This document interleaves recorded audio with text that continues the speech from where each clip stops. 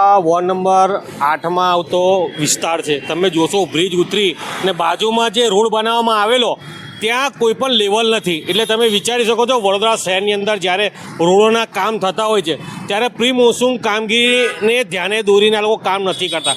અત્યારે તમે મારી પાછળ જોઈ શકો છો કે નાના નાના બે બાળકો આવતા હતા, એમને બહાર કાઢવામાં આવ્યા કે અંદર કોઈ જગ્યાએ જો કુંડી હશે, ઘણી બધી જગ્યાએ ઢાંકણા તૂટેલા છે, રિપેર થયા નથી. ને અત્યારે વરસાદ તો ચાલુ થયો છે.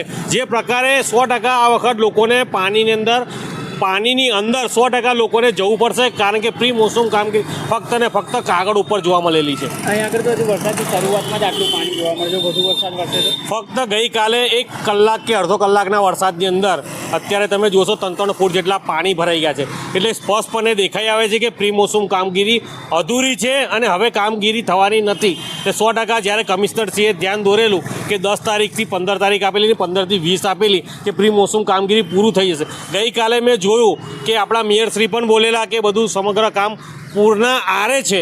તો આ પૂરના આરે હોય તો પાણી ભરાય કેવી રીતે? એટલે તમે વિચારી શકો છો ફક્ત ને ફક્ત પ્રી મોન્સૂન કામગીરી કાગળ ઉપર જોવા મળી છે.